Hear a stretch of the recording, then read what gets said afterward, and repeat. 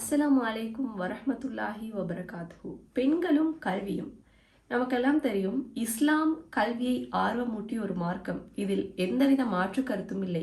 ஏனென்றால் நபி அவர்களுக்கு முதலாவது அருளப்பட்ட வசனம் இக்ரா, ஓதுவீராக வாசிப்பீராக. இது கல்வியை வலியுறுத்தின ஒரு வசனமாக காணப்படுது. இதுல ஆண்களுக்கு வேறா பெண்களுக்கு வேறா பிரிச்சு எங்கேயுமே கூறப்படல. பொதுவான விஷயம்தான்.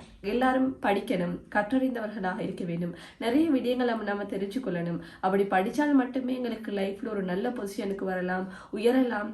எங்களோட லைஃப்பில் எங்களோட கோல்ஸை, எங்களோட டார்கெட்ஸை எங்களுக்கு அச்சீவ் பண்ணலாம். இதில் ஆண் பெண் என்ற எந்த வேறுபாடுமே இல்லை. பெண்களுக்கு தாராளமாக கற்கலாம், ஒர்க் பண்ணலாம், அவங்களுக்கு விரும்பிய துறைகளில் போகலாம். ஆனால் ஒரே ஒரு விடயம், பெண்கள் நிர்வகிக்கின்ற பொறுப்பை எடுக்க முடியாது. அது ஆண்களுக்கு மட்டும் என்று சொல்லி இஸ்லாம் குறிப்பிட்டிருக்குது. அது தவிர்ந்த எல்லா துறைகள்லையுமே போகலாம். பெண் ஒரு டாக்டர் ஆகலாம், டீச்சர் ஆகலாம், லாயர் ஆகலாம், எந்த துறைக்கு வேணாலும் போகலாம். ஆனால் அதுல மிக முக்கியமான ஒன்று நம்ம மார்க்கம்.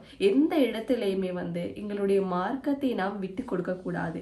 இஸ்லாத்தை தெரிந்தவர்களாக நம்மளோட துறைக்குள்ள நுழையணும். அது லாயரா இருந்தாலும் பரவாயில்ல, டீச்சராக இருந்தாலும் பரவாயில்ல, டாக்டராக இருந்தாலும் பரவாயில்ல, இன்னும் என்னென்ன துறைகளாக இருந்தாலும் கூட நம்ம மார்க்கத்தை அட்ஜஸ்ட் பண்ணி போற தொழிலுக்கு நம்ம போகக்கூடாது. மார்க்கம் தான் முக்கியம், அதற்கு பிறகுதான் தொழில். அந்த விடயத்துல நம்ம உறுதியாக இருக்கணும். ஆனால் லைஃப்ல முன்னேறணும். இன்றைக்கு நிறைய குடும்பங்கள்ல நிறைய பேரை நம்ம பார்க்கலாம். இதை பார்த்து கொண்டிருக்கக்கூடிய தந்தைமார்கள் இருக்கலாம், தாய்மார்கள் இருக்கலாம், அதே போல கணவன்மார்கள் இருக்கலாம், சகோதரர்கள் இருக்கலாம். உங்களோட வீட்டு பெண்களையும் சில டைமுக்கு படிக்கிறதுல மிச்சம் ஆர்வம் உள்ளவங்களாக இருப்பாங்க. ஆனால் படிக்கிறதுக்கு வீட்டுல தடையாக இருக்கும். இஸ்லாமிய மார்க்கமே படிப்புக்கு அனுமதி கொடுத்து இருக்கக்கூடிய அந்த நேரத்துல நம்ம ஏன் படிப்பை தடுக்கணும்? சிலவங்க சொல்லுவாங்க, அடுப்பூதும் பெண்களுக்கு படிப்பு எதற்கு அப்படின்னு சொல்லி. அது அந்த காலம், அந்த காலத்து அப்படித்தான் இருந்துச்சு. பெண்கள் படிக்காமையே அவங்களோட லைஃபை மேனேஜ் பண்ணிட்டு போனாங்க. ஆனால் இன்னைக்கு இந்த மாடர்ன் வேர்ல்ட்ல டெக்னாலஜி அவ்வளோ ஹையா க்ரோ ஆயிக்கக்கூடிய ஒரு பீரியட்ல நம்ம படிக்கிறதுக்கு அனுமதிக்கல, படிக்க தெரியல அப்படின்னு சொல்லும் போது எங்களோட லைஃபை கொண்டு போறது மிச்சம் டிஃபிகல்ட் இருக்கும். அதனால யாராக இருந்தாலும் நம்ம படிச்சிருக்கணும். அப்படி இருந்தால்தான் இந்த 24 டெக்னாலஜிக்கும் பிறகுள்ள ஒரு பீரியட்ல நம்மள தைரியப்படுத்தி கொண்டு எங்களால வாழ இயலும். அதே நேரம் நம்ம படிச்சிருந்தால்தான் எங்க போனாலும் எங்களோட லைஃப்ல வெற்றி. எங்களோட லைஃப்ல நம்மளும் ஒரு பொசிஷனுக்கு நாங்களும் ஒரு ஹை லெவலுக்கு வரணும், நாமளும் நம்ம கோல்ஸ் அச்சீவ் பண்ணணும், எங்களோட டார்கெட்ஸை வின் பண்ணணும் அப்படின்னு சொன்னால், ஒரு சக்சஸ்ஃபுல் உமனாக, ஒரு சக்சஸ்ஃபுல் பர்சனாக வரணும் அப்படின்னு சொன்னால் அதற்கு ஒரே ஒரு ஆயுதம் படிப்பு மட்டுமே. எடியூகேஷன் இல்லை அப்படின்னு சொன்னால் ரொம்ப கவலையான ஒரு விஷயம். எடியூகேஷன் மட்டுமே உலகத்தை வெல்லக்கூடிய ஒரு விஷயம். ஸோ எடியூகேட் பண்ணுங்க. உங்களோட பிள்ளைகளை எடியூகேஷன் அந்த வாசலை திறந்து விடுங்க. அவங்களும் சிறந்த முறையில் படித்து ஒரு நல்ல பொசிஷனுக்கு வந்தா உங்களுக்கும் ஒரு சந்தோஷம் தானே. சஹாபியா பெண்மணிகள் பல துறைகளில் பேய்த்திருக்கிறாங்க. நமக்கெல்லாம் தெரியும், சஹாபியா பெண்மணிகள் அவங்களோட வீட்டுக்குள்ளே இருந்தாங்க. அவங்க குர்ஆன் ஹதீஸை மட்டும் படிச்சுட்டு, குர்ஆனை மனப்பாடம் செஞ்சுட்டு, இது மட்டும் தான் அவங்களோட வேலை அப்படின்னு சொல்லி நம்ம நினைச்சிட்டு இருக்கிறோம். ஏண்டா அதுக்கு மேல நமக்கு தெரியாது அவங்க என்ன செஞ்சாங்க, என்ன துறைகள் இருந்தாங்க, எப்படியெல்லாம் போனாங்க அப்படின்னு சொல்லி. அதற்கு சிறந்த உதாரணம் அன்னை ஹதீஜா ரலியல்லாஹு அன்ஹா. இவங்க நபிகள் நாயம் ஸல்லல்லாஹு அலைஹி வஸல்லம் அவங்களோட மனைவி.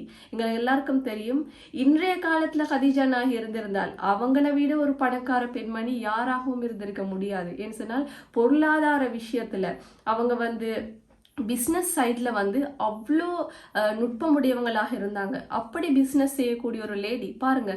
அப்போ அந்த காலத்தில் அவங்களோட அந்த பிஸ்னஸ் இதுகளையும் மற்ற மக்களுடைய அந்த இதையும் வச்சு பார்க்குற நேரம் அவங்களோட இதை பீட் பண்ணுற அளவுக்கு எந்த ஒரு இதுவும் இருக்காது. ஸோ அவ்வளோ பெரிய ஒரு பிஸ்னஸ் லேடியாக அன்னை ஹதீஜா நாயகி அவங்க திகழ்ந்தாங்க. அப்போ இவங்க எங்களுக்கு ஒரு எக்ஸாம்பிள் இல்லையா? அதுவும் வியாபாரத்துறையில். அதே போல் அன்னை ஆயிஷா ரலியல்லாஹு அன்ஹா.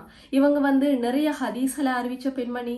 குர்ஆனை மனனம் பண்ணியிருக்கிறாங்க. ஹதீஸ்களை சொல்லுவாங்க. பெரிய பெரிய ஃபிக்ஹ் சட்டங்களாக இருக்கலாம், ஜக்காத்துடைய சட்டங்களாக இருக்கலாம். இதையெல்லாம் மிகவும் தெளிவாக மூத்த சஹாபாக்களுக்கு கூட எக்ஸ்பிளைன் பண்ற அளவுக்கு ஒரு அறிவாற்றல் உள்ள ஒரு சின்ன பெண்மணி. அவங்களுக்கு மிச்சம் வயசும் இல்லை.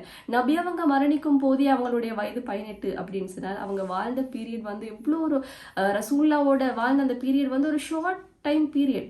அதுக்குள்ளேயே பாருங்க எவ்வளோ ஒரு அறிவு உள்ள ஒரு பெண்மணியாக அவங்க இருந்திருக்கிறாங்க அப்படின்னு. அதே போல வந்து இன்னும் பல துறைகள்ல வந்து இஸ்லாமிய பெண்மணிகள், சஹாபியா பெண்மணிகள் வந்து இருந்திருக்கிறாங்க. அவங்களும் வந்து என்ன செஞ்சிருக்காங்க, நிறைய ஒர்க் பண்ணிக்கிறாங்க. அவங்களோட இதுல வந்து அவங்க முன்னேறிக்கிறாங்க அப்படின்ற விஷயம் வந்து நமக்கு தெரிய வருது. எனவே நாமளும் படிப்போம், கற்றறிந்தவர்களாக இருப்போம். லைஃப்ல எங்களால எவ்வளோ சாதிக்கலுமோ சாதனை பெண்மணிகளாக மாறுவோம்.